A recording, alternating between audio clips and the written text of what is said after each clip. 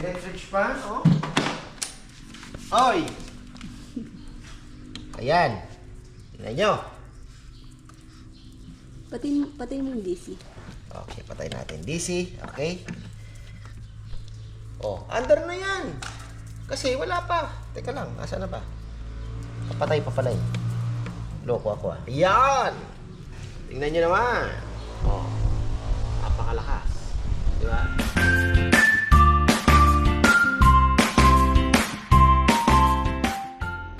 Yan, isang magandang buhay mga ka-farmer. Tingnan nyo naman, brown out na naman sa atin. At buti na lang, meron tayong bagong kasama sa buhay. Ayan.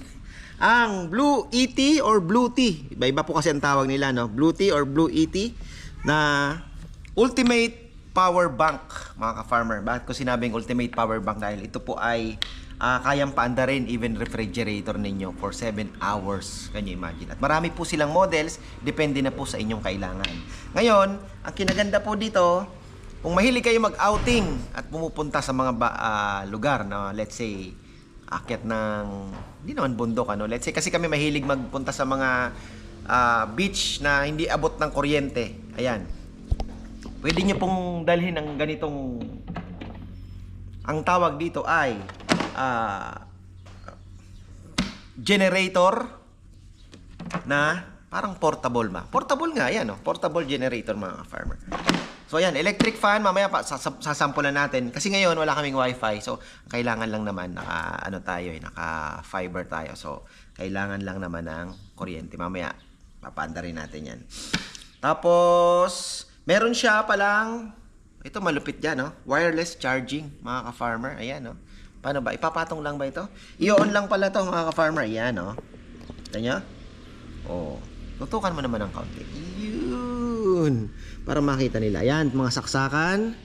May ilaw siya. Kung kayo ay nasa, madilim na lugar, may ilaw. Ayan, iba-ibang klase. Blink, blink, blink. Tapos, yan. Pipindutin nyo lang yan, oh. Pwede na kayo magsaksak. Ayan. 100%. Tapos, charging niya ay ipapatong. Kailangan buksan pa na. Ibubuksan po sa cellphone. Ayan. Wala. Kailangan naka-wireless charging po tayo. Kamaya magcha-charge po yan. Tapos, meron siya syempre. Ayan, cigarette lighter. Meron din siyang USB. So, ayan, kompleto po yan mga farmer. Ang maganda dito ay let's say kung kayo po ay nasa lugar na mayat maya nagba-brown out, kagaya ng napunta kami ng Palawan, mayat maya po brown out doon. Sabi nila ganun daw po talaga. So hindi naman tayo nag-interview din po tayo doon. Sabi niya, ganun talaga dito sir. Sabi niya medyo mayat maya nagba-brown out. So kung mayroon po kayong baby na kailangan syempre mainitan o kahit pa lang. Kasi kami namumroblema din po kami, bumili kami ng rechargeable electric fan. Dahil pagka nagba-brown out din po, syempre, papay-pay-pay kayo, di ba? So, Ito pwede kung din. hindi din kayo makabili na ayaw nyo ng generator dahil maingay, magagasolina pa kayo, ito, rechargeable. Pwede pang i-charge sa solar, mga farmer. Yun po ang kinaganda. Imagine, di ba? So, napakaganda po nito. Tapos, pwede din siyang, ako naisip ko yung mga nangingisda sa bangka. Pampailaw. Kasi ang tibay po ng battery niya. Kaya niya pong mag-withstand ng ilang oras. So, kung ilaw lang naman ang paggaganahin, hindi na kayo ng mga motolight na mas mabigat pa po at the same time. Mamumroblema kayo ng pagpapacharge, di ba? Kasi may special charger din po yun. So, ito, napakaganda. Lithium ang kanyang battery. Oh, ayan oh. Tapos, may gusto nyo mas malakas, may mabibili din po mas malakas.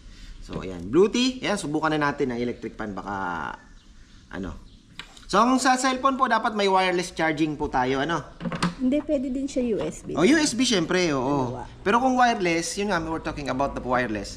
Yung dapat, syempre, may wireless. iPhone lang na ata ang meron din. Android Hindi, ba? Android Meron din ang Android. Pero yung sa akin, hindi. Wala.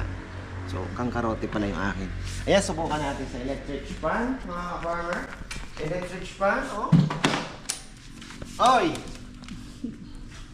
Ayan. Tingnan nyo. Patay mo yung DC. Okay, patay natin DC. Okay. Oh, under na yan. Kasi wala pa. Teka lang, asa na ba? Papatay pa pala eh. Loko ako ah. Yan! Tingnan nyo naman. Oh, napakalakas. Di ba? Pwede pang 3, 2, ayan, 3. Ano pala itong ikot ah? Sira yung electric fan. Pero kita-kita nyo naman, umiikot diba? So yan, may 4 na saksakan yan. Oh. Tapos rep 60 depende po sa kukunin nyo yung model, ano? 60 watts. Pwede. Ayan. Blender, depende din po sa wattage. Pero ito, kaya-kaya niya siya. Mamaya, hanggang 7 hours or more, kaya nito. Yan na, kita nyo na. Saan ko pa ba naisip? Ito sa mga, yun nga, mahilig po mag-outing mga ka-farmer. Kaysa magdadala kayo ng power bank na mga maliliit pang cellphone, para panglahatan na at meron pa kayong kuryente, di ba? Parang ganun. Ito na para sa inyo. Napakaganda. Portable generator. Ano bang model ito? Ayan. Ayan, sinaksak na po natin yung ating Wi-Fi. Ito kasi papuntahin doon sa kubo. Kirambo. Oo, Kirambo. Kung hindi nakasaksak din yung kanila doon, wala. So at least ayan po. Meron tayong Wi-Fi sa bahay. Kasi naka-fiber naman tayo eh. Meron nga ba? Meron yan, syempre. Yan. So ayan po, nabigyan na natin ng review yung ating Blue T or Blue ET portable generator. So sa mga, yun nga, sabi ko yung sa mga lugar na maya po nagba-brown out, tapos wala naman po kayong solar setup kasi medyo mahal din pong magpa-setup ng solar.